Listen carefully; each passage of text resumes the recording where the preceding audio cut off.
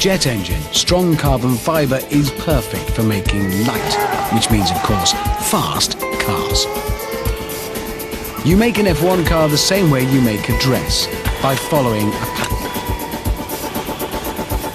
Every shape necessary for making all the component parts is precisely cut from carbon cloth. Including this, the monocoque or single shell. It's the cockpit for the driver. This ultralight shell is also the body of the car itself. There is no internal frame. There's no need, because the carbon fibre is tough enough on its own. All that shields the driver is a skin of carbon. But that's not the only thing that needs careful protection on these sleek beasts. F1 cars run on pretty much the same fuel you and I get at pumps.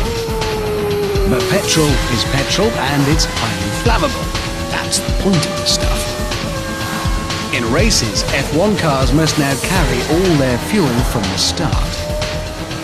200 litres of petrol, travelling at 320 kilometres an hour. That is quite a missile. The tank has to be tough, or the driver could be toast. Strength usually has a weight penalty, but in the anorexic world of F1, that isn't an option. And thanks to a bulletproof vest, the cars stay safe, light and fast.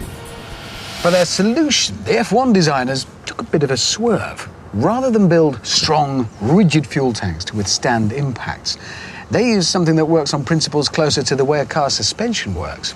A bit of give. Down here I have a water bottle and a rubber gym ball, both with water in them. I'm going to drop them both off here, same height, 15 metres, and then, well, we'll see the principle in action.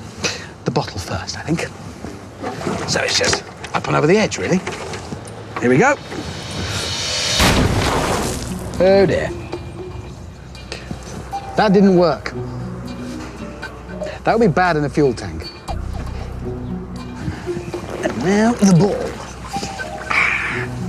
Right. That's more like it.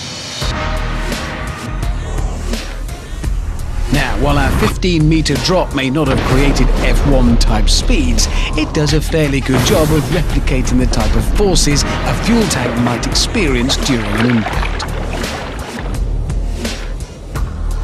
A lightweight, flexible material that bends and absorbs impact sounds ideal. Apparently, it's tricky to make something flexible and strong. Professor Paul Hogg is a materials expert from Manchester University. Paul, all I've really demonstrated there then is, well, the solution. Why don't they just make Formula One tanks out of rubber?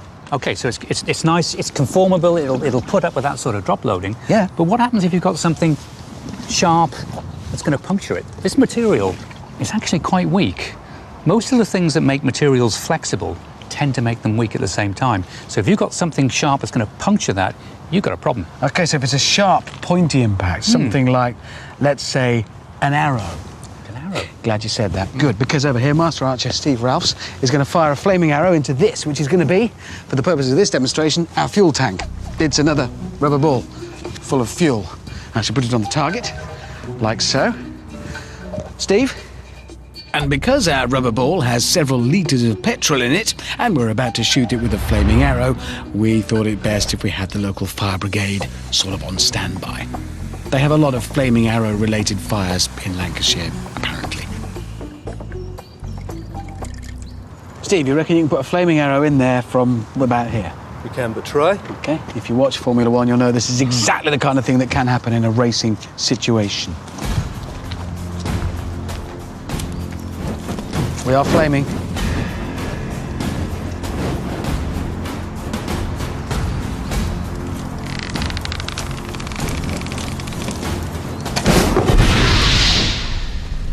Yeah.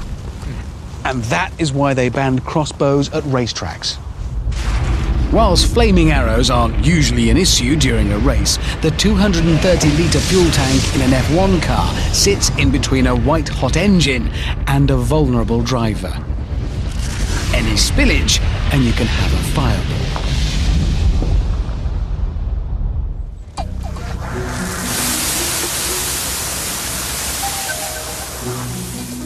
Possibly overkill there.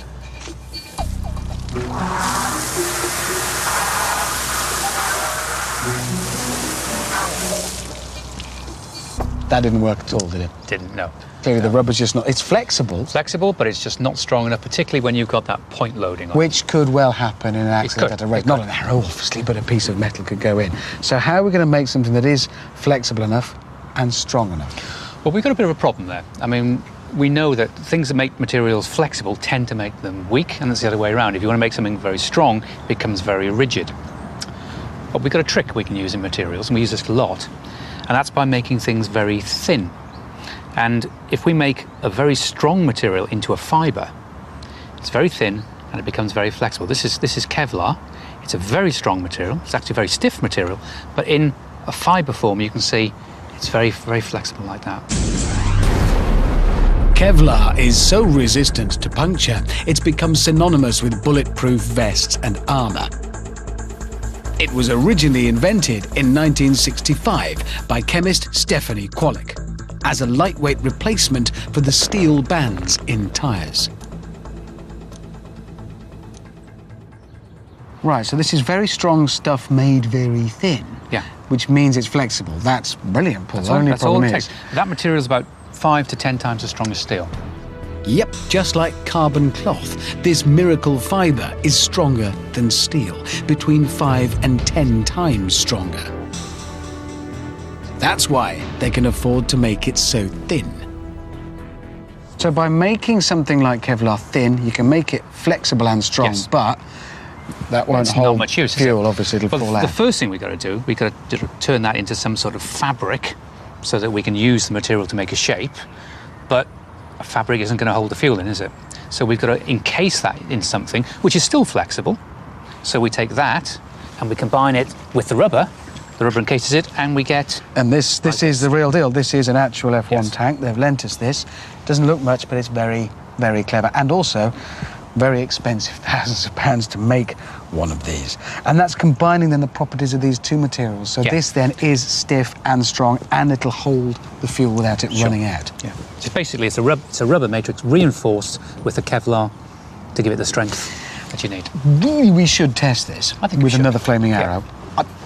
Can't really... No? They'll be shouting. Okay. Very, very expensive. We've been lent it. We've got to give it back. However, I've devised something over here that might just do the job. I have brought along the industrial cousin of the material used in the F1 tank, rubberized Kevlar. This is the stuff. So this is the Kevlar fibre Kevlar inside. reinforcement, yeah. It's making it strong. And this is the rubber in it. And Yeah, it's still nice and flexible, but very, very strong, combining the properties of the two materials. Steve, have we got any more flaming arrows? I think we need another one.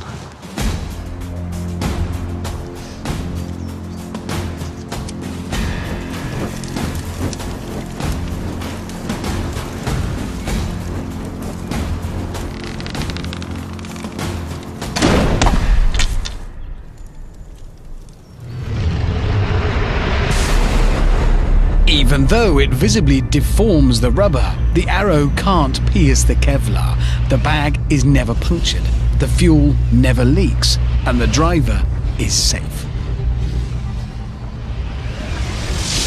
It works. Okay, it was an unusual setup, but the principles are exactly the same. Those two materials working together can be flexible and strong. Most importantly, my fuel is safe in that rubber ball, because it's quite expensive. Thanks to combat-proven body armour, F1 drivers know that the fuel just behind their head is going to stay in the right place.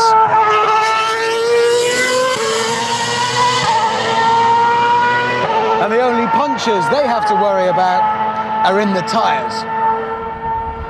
Tyres in F1 are not designed to last the full race distance.